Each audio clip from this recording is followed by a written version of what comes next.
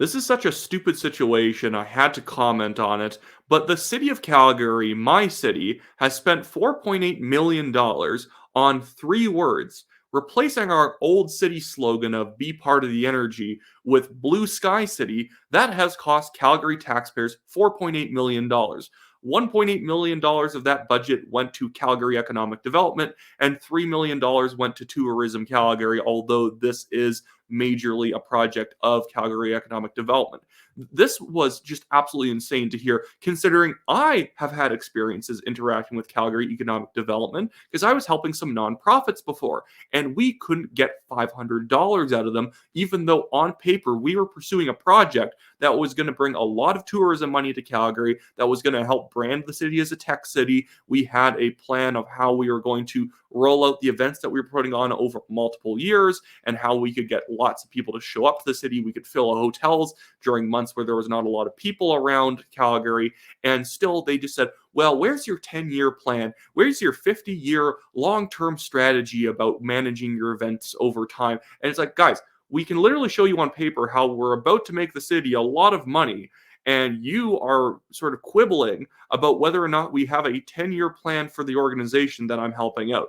It was insane. These people basically showed up to a meeting with us just to say no and pretend that they were actually hearing us out. And at the same time, they weren't willing to give us more than $500 for an event that brought thousands of people to the BMO Center, yet they had $4.8 million to have people survey Calgarians on which slogans they like the best, hiring consultants to sit around boardroom tables musing about, well, is Blue Sky City really going to capture the character of Calgary? Like, I frankly don't care what the city slogan is. Yeah, it probably does matter a little bit. People are going to make fridge magnets and bumper stickers out of it, so you should take it somewhat seriously.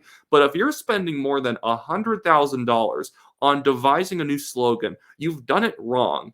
And whenever these people in government say, like, justify raising property taxes because there are necessary things that the city of Calgary needs to pay for, and we need more money, don't you know that the formula of how much property taxes goes to the city and the province has changed? So we need more money than ever. No, guys, you spend money in the dumbest places possible, and then you expect us as taxpayers to actually care about raising you guys more revenue to pay for this stuff. You spend $1 million on each bus, the electric buses that you're buying, when diesel buses cost $750,000 and they actually work during the winter. They find every excuse to spend hundreds of thousands of more dollars, and they tend to end up hiring a bunch of their own friends through different consulting firms in order to do this useless work nobody asked them to do.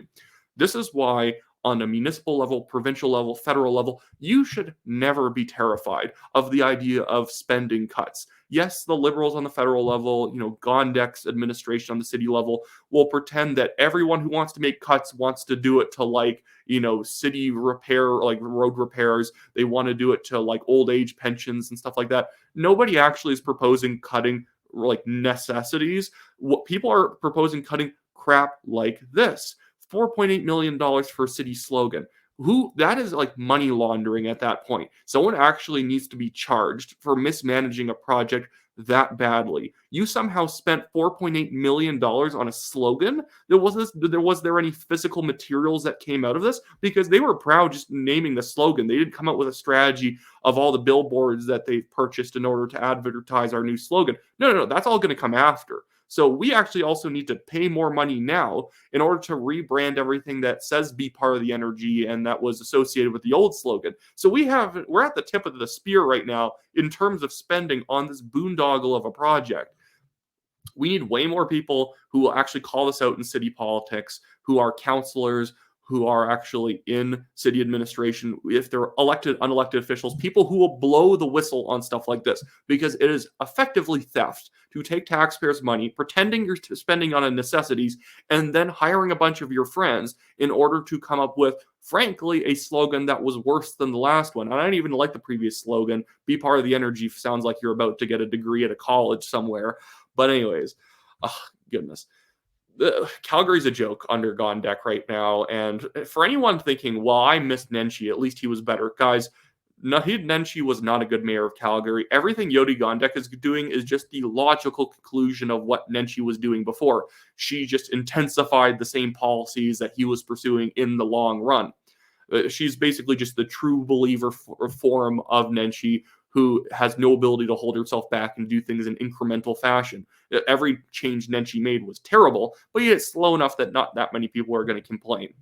Anyways, that should be it for me today, guys. If you live in the city of Calgary here and you live on the west side of the city, I, Wyatt Claypool, am running for the Calgary Signal Hill Conservative Party federal nomination. This is what the riding boundaries will look like in a few days when they get officialized, since Alberta's getting 3 new ridings, so the boundaries are changing a bit. If you live in this area of Calgary, buy a Conservative Party membership, vote for me in the nomination, and go check out my website in the description below, wyattclaypool.com, and you can also donate to the National Telegraph's legal fund, because if you're an independent media long enough, you get a lot of frivolous lawsuits, and we've definitely had a bunch of those, so it helps us reduce the burden of legal costs on us so we can reinvest more in growing the National Telegraph and getting our content out there to people. Anyways, that should be it for me today, guys. Have a good one.